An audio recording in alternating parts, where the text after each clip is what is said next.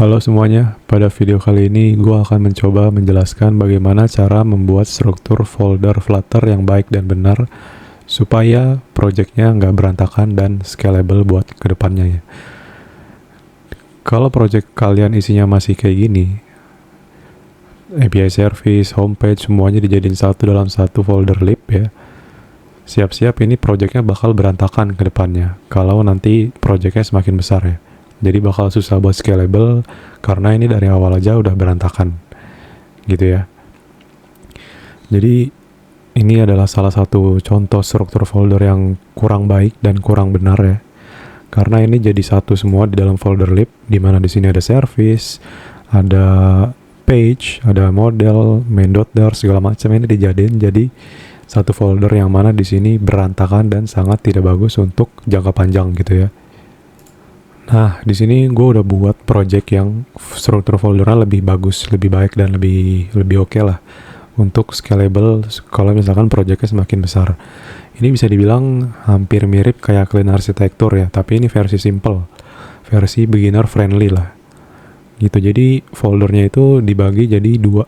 Yang pertama ada core, yang kedua itu fitur ya. Terus main.tar-nya di under dari folder lib.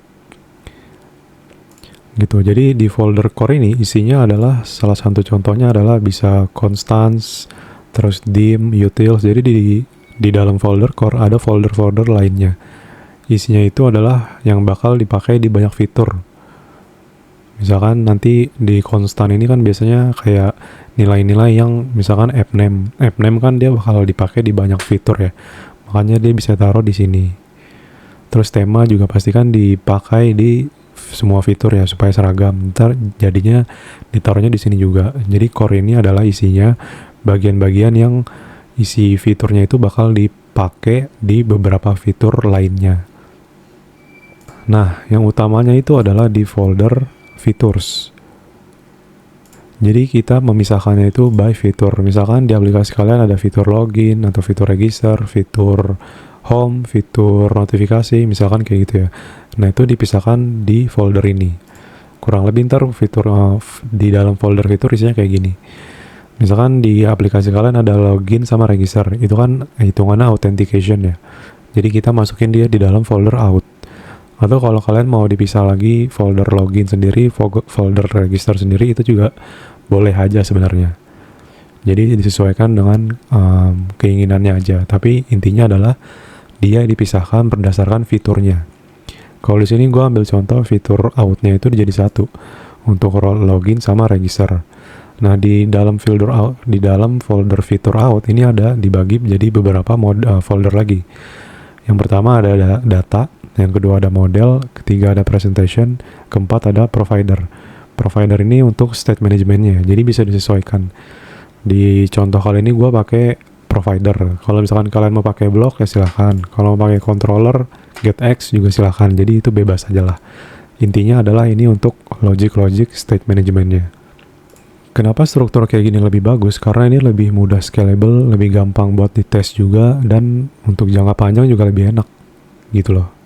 Kita bakal mulai dari yang folder data. Di folder data ini isinya adalah seperti service-service. Ini ditaruhnya di folder data semua. Kalau untuk model, ya ini udah pasti ya model, user model, segala macam. Gitu. Di data ini bisa diisi juga dengan repository dan yang berhubungan dengan data lah ya pokoknya.